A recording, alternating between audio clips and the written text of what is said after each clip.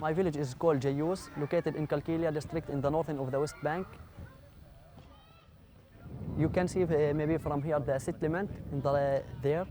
It is for Jayyous land. There is near to 3 or 4 settlement here.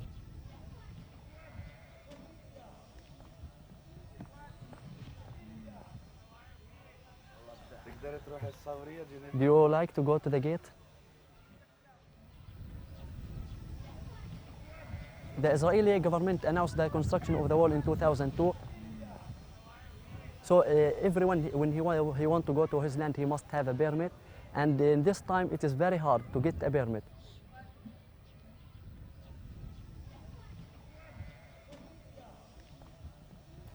It is safe for you, maybe you can tell if they ask you that you go there to take photos only.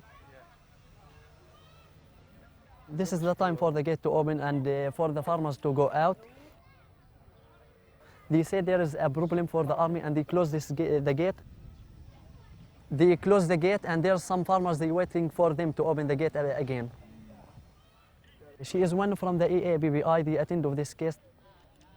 They came to the gate to see when the farmer they have any problem, and they know some organization that they can help in this case.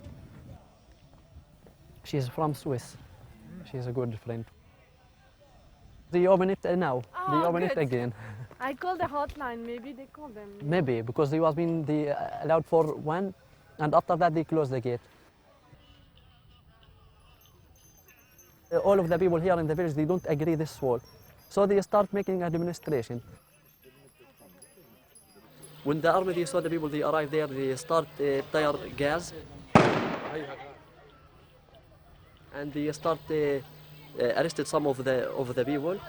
And sometimes also they shooting robot life for the people. After we had this demonstration, the most of the days the army they came and they make curfew in the village.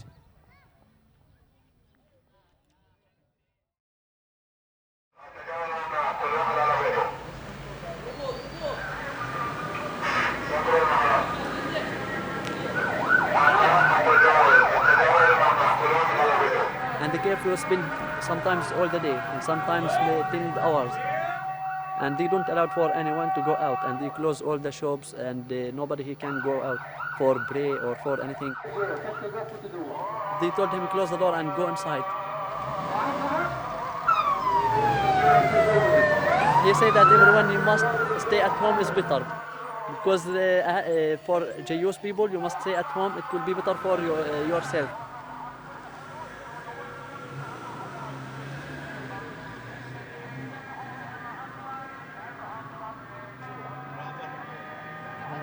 And sometimes that when they want to arrest some people, they make a curfew and they don't allow for anyone to go out. And if they catch anyone out, they put handcuff in his hand and they took him. And like you hear now, don't worry. What was that? They tire sound bomb many times. And they came in the middle of the night and they tire like this, sound bomb, and in the houses also.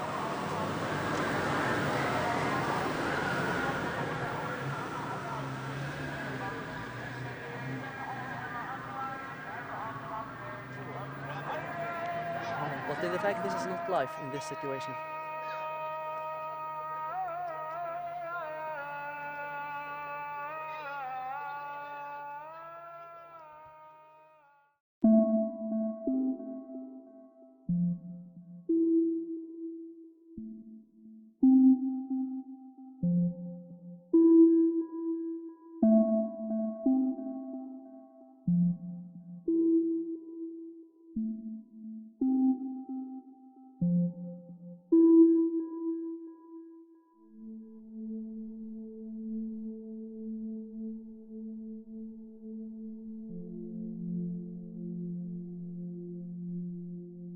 The way it is taught to us in our history classes, it's almost as if our grandparents came to an empty land and settled there.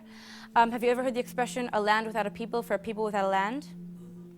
So this is sort of kind of inaccurate, actually, because there were people there. They were called the Palestinians.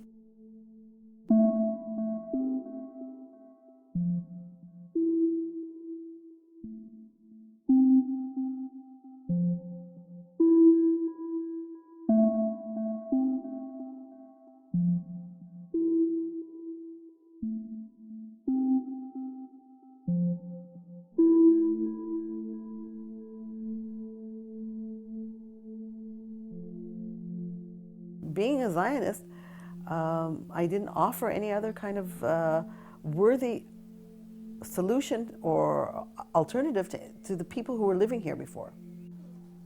Okay, you don't accept this, but what you do to make a difference?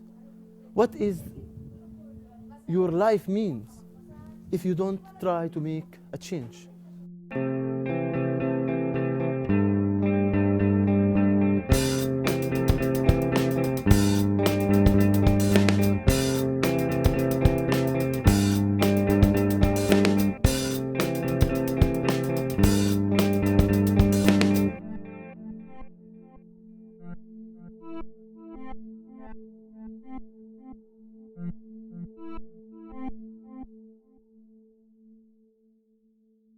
What exactly is this occupation that we're talking about? What do we mean when we say that Palestine is occupied?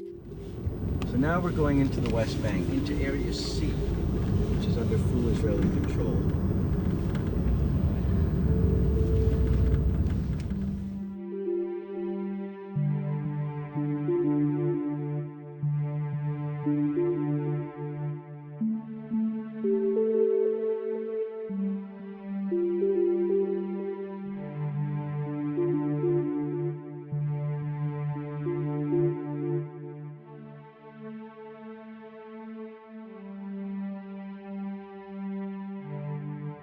Every red triangle in this map, this is a map of a large map of the West Bank, represents a permanent checkpoint. There are also hundreds of flying checkpoints. There's a common myth that, or idea, that checkpoints are between Palestine and Israel, between the West Bank and Israel, trying to protect people from Palestinians from coming into Israel. But actually 80% of checkpoints are within the West Bank itself. We talked a lot about the checkpoints controlling movement. The wall is an indispensable part of this system of control.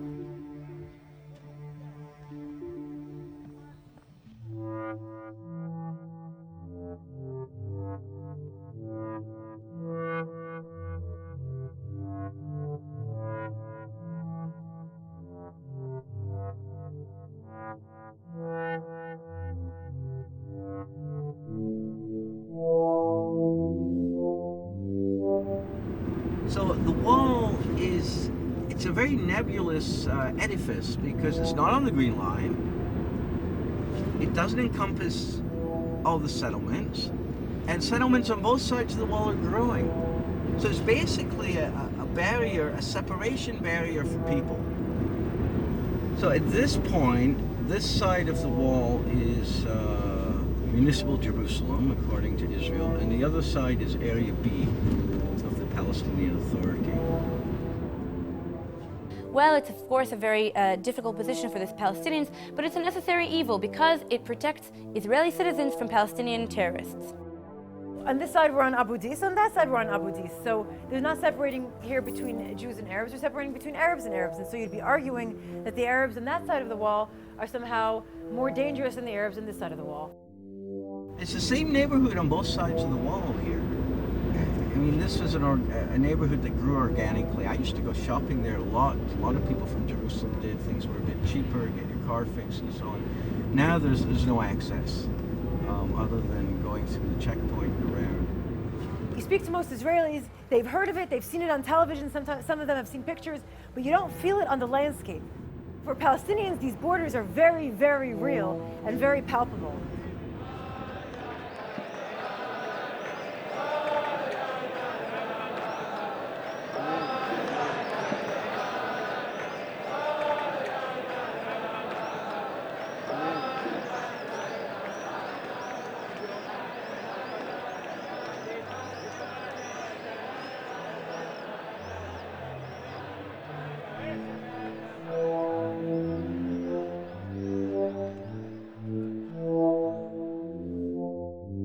Right here, we're about 5 kilometers from the Green Line, so we're already about a quarter of the way into the West Bank, and yet this is still municipal Jerusalem. The way the government defines Jerusalem, and I'll show you later on the map, is quite convoluted. I mean, the greater Jerusalem actually covers almost 10% of the West Bank.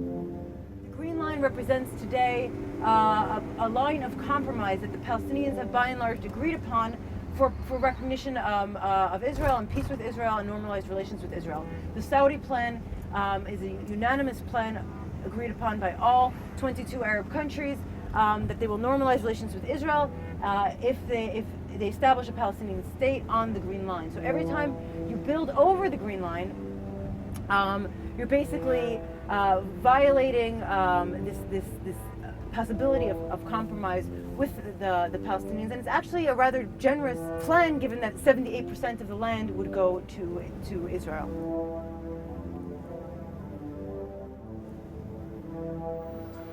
And you see the master plan for Ma'ale Adumim, which is a big settlement we're going to visit next, it goes in this little finger almost all the way to Jericho. Although Ma'ale Adumim, the built-up area, is just here. They have a master plan. So you see, this could be Miami Beach, with the palm trees and the infrastructure. It's a very pleasant place to live. It's a settlement that was started in the late 70s. It started as an ideological settlement. Eventually, the Israeli government started to take part in it and subsidize houses. There are 40,000 people living here now. There are plans to expand it up until 150. It's a no-brainer for most people. Cheap housing, out in the hills, in the fresh air, government subsidies. Why not? Why not?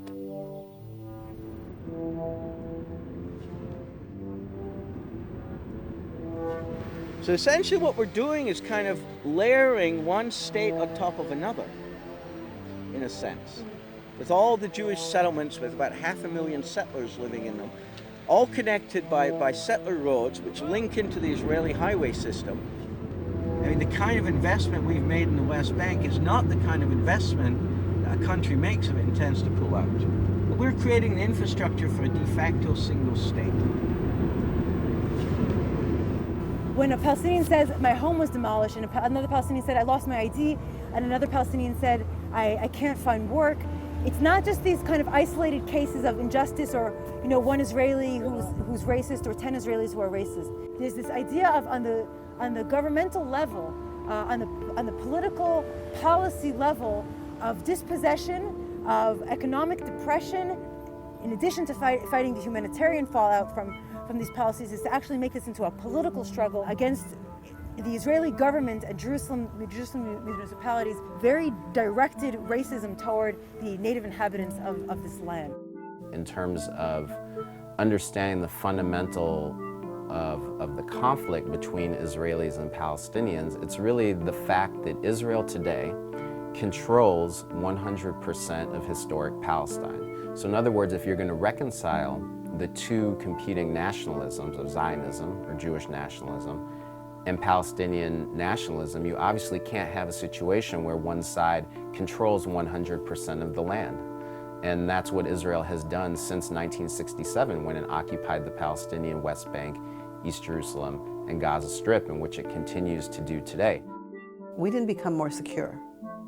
We didn't become more safe with the way things are going on now. And without developing dialogue with our neighbors, with our enemies, without considering what the creation of Israel in 48 did to the population that was already living here, without considering that, without discussing that, without recognizing the fact that there was another history. There's other countries that live around us that really aren't interested in waging war with us, and that we have to solve our differences with the Palestinians some way, one way or another.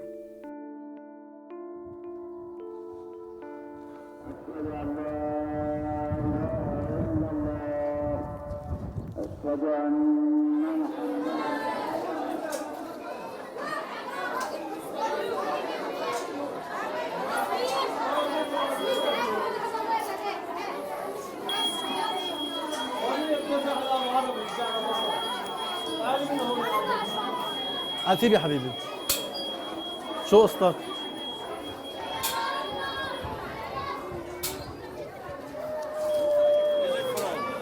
United States. United States. If they come to Hebron and see what's going on, they will change their attitude.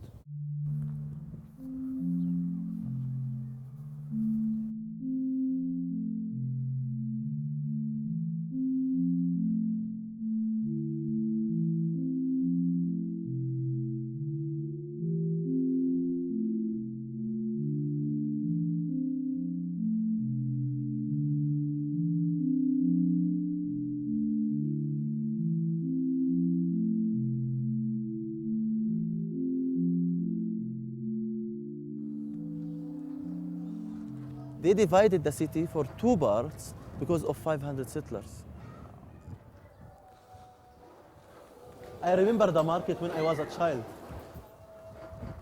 It was full of people, full of open shops, full of life. Now, I don't see that there is a life here.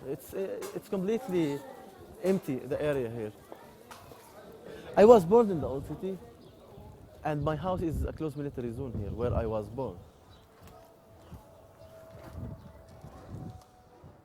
I am against everybody who believes in killing the others. Sometimes I feel sorry for even seeing a soldier suffering, not a civilian, a soldier, because I see that soldier is a civilian from inside. I look to the people from inside. We are equal, we are human, as everybody in the world. What about our rights? We are below Beit Hadassah settlement.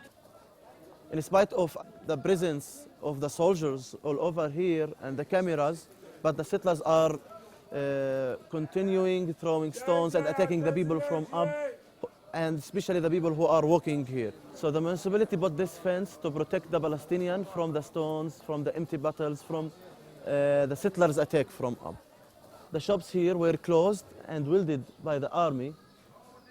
12 shops here from 1,800 shops were closed because of the closure policy in Hebron. And the settlers, they occupied the roofs and they created a kindergarten on the roofs. And they created a playground for the settlers on these roofs, which is completely Palestinian and which is completely illegal, even by the Israeli law. The soldiers all the time are here, protecting whom, I don't know. But it's a closure policy, it's occupation policy, to have soldiers, to have police, to have settlers in the middle of Hebron. Here it used to be Hebron.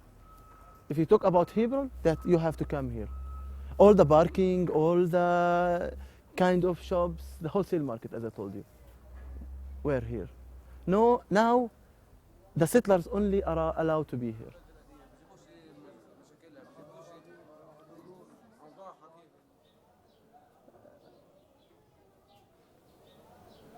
This is one of the entrance of Shuhada Street, which closed completely for the Palestinians. The army, they use it just to go outside to attack houses and to search the Palestinian houses outside the restricted area. Care about the others will care about you. I care about them because I have some Israeli friends, they care about me. If I feel sick, they will call me and ask what's going on. If the settlers attack me, they will call me and ask what's going on. We are sorry. But the other Palestinians who are really suffering from the settlers, they don't have anybody from Israel care about them. I hope that all the Israeli, they push the government to stop this violation because it's affecting them in an indirect way. Nobody in Israel asked himself why the Palestinians, they hate Jewish, why the Palestinians throw stones, or why some suicide bombers, they go to Tel Aviv. This is the reasons.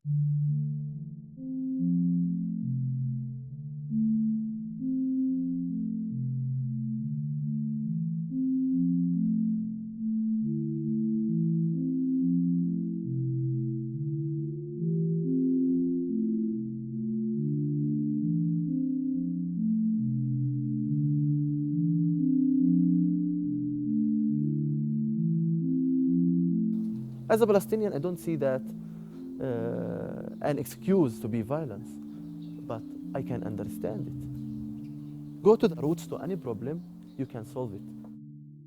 600 checkpoints in the West Bank, all the single details of dehumanizing in your daily life, do you need anybody to teach you how to hate Israel? If you grow up in such conditions, you don't need that. You don't need a specific curriculum for hatred. It will do the job for you. We are pushing the Palestinians into a corner where they have nothing to lose. And there's nothing more dangerous than an enemy who has nothing to lose. Things can't get any worse. I might as well blow myself up. That's the worst of the worst. Doing these things, you have to justify them to yourself only by saying these people only understand force. We have to show them who's boss. They're not really like us. They're second class. They're in some way to dehumanize them. It has a lot to do with the politics of fear, which considering the history of the Jewish people and particularly of the recent generations, it's not that difficult to evoke fear and panic in the Israeli population. People are fearful for their lives. There's a common belief that we are one little country and we're surrounded by a lot of enemies, and their desire is to push us into the sea. But you can't have security while you're oppressing people, because people will always resist their oppression. If not, they're not fully human beings. If not, they're servile. And Palestinians are not servile, and they're never going to accept a condition of permanent oppression by Israel. The media show the Palestinians as only capable of throwing stones or burning tires or exploding themselves, as if we are born with genes of hatred or violence. Nobody is born with genes of hatred or violence. Nobody is born to hate. Israel society chooses to focus on the people that hate people, and she don't focus at all on other people. So the picture that the normal Israeli gets from the TV or the press or books or the discussion around him, it just focus on the people that hate him and not the people that don't. Palestinians are not angels, but we're a nation seeking freedom and independence. And this is what is now seen as illegitimate by many others was legitimate 60 years ago. I mean, when there were so many countries under occupation, they were fighting in all ways possible. And so we're doing the same, basically. So I decided to start the contacts with the Israelis because I realized that there is some good Israelis that we can talk to. It started about 4 years ago. Struggle against the separation fence, which is cutting half of the village lands in order to build on them the settlement Modi'in Illit, which is built on the lands of the villages around. And about 2 years ago, the highest court gave a verdict that the road of the separation fence is not for security, it's for annexation, and that it must be moved to give back half the lands. But till now, nothing was happened. Still have not changed the road. And we continue demonstration. It is a symbol now in all Palestine. Bil'in is the symbol. This is the only one that continue without cessation for already 4 years.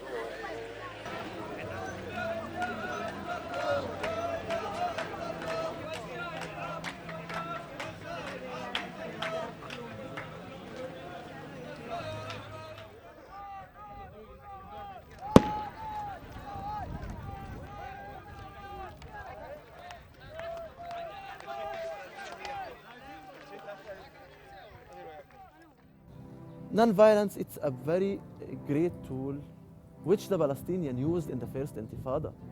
Our nature is the nonviolence. Even politically, I cannot take a revenge because Palestine for me is not a case of revenge. It's a case of right. As a human being, first of all, not even as a Palestinian.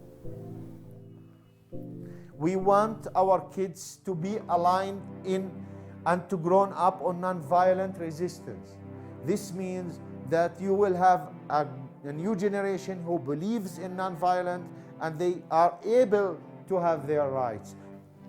I believe that if you want to use force, then you are weak. I don't believe at all that violent or military resistance will lead us for a solution as Palestinians. So the idea of creating the beautiful resistance against the ugliness of occupation and its violence as a way to break these cultural stereotypes and to show another image of Palestine, to reclaim and defend this beauty and humanity and culture that we have in ourselves. This nonviolence that is practiced since years. I think it's becoming increasingly difficult for Israel to maintain this facade of innocence and victimhood. And that's both within the general population in the United States and also amongst Jewish Americans. And I think that that kind of mainstream discourse has cracked wide open in recent years. Following the 2006 Israeli war on Lebanon, and more importantly, in terms of changing public perceptions, Israel's 2008 to 2009 war on the Gaza Strip really opened up a lot of people's eyes to the really brutal nature of Israeli policy towards Palestinians. And Israel and its supporters in the United States are fearing right now that they're losing the discourse battle. The struggle is being seen more in the light of self-determination, of freedom, of independence, and that Israel is blocking these things from being achieved for the Palestinian people. I think that the history of oppression that Jews have faced throughout the millennia can be interpreted in one of two ways for contemporary Jews around the world. Either the message is terrible things were done to us and we were oppressed, so we shouldn't do the same things to other people, and we should work for a world in which that type of oppression doesn't take place to anyone. Or the other lesson that can be learned is that, well, this is the way the world works, and it just is this way, and that therefore let's not be stupid and let's be strong and let's do what everyone else does. So I think there's two ways of learning this lesson, and I believe that within the Jewish community, and especially you're seeing this today within divisions in the Jewish American community, you can definitely see that split shaping up in terms of how Jewish Americans relate to Israel and its policies.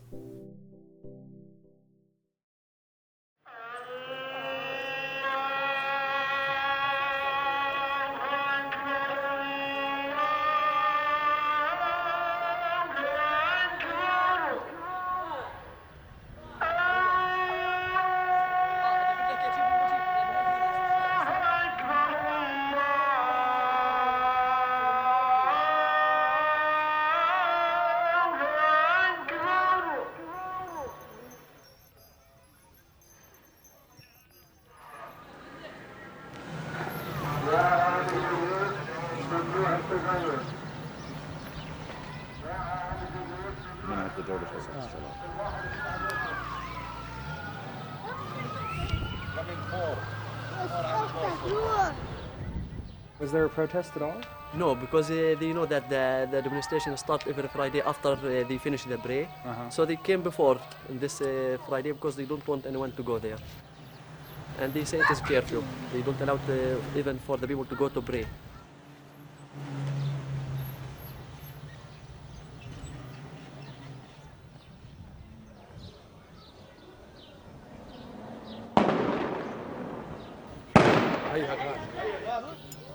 Tire gas.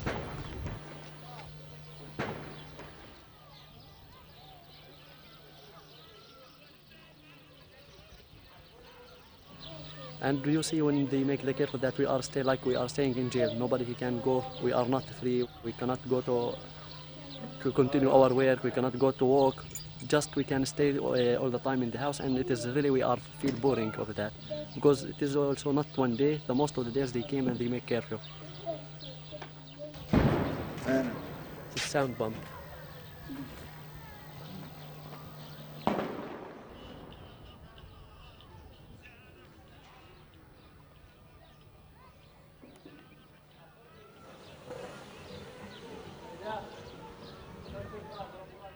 You think that the army they came because of the stones? They came because they know that that we are here. We don't have weapon to fight the army. Just we can make the fight him with the stones, and the stones make nothing for the jeep or for the army. But maybe they thought that if we start throwing a stone after that we will start of other thing, start fighting him of weapon or something. So if anyone throw stone, they came and they took him to jail.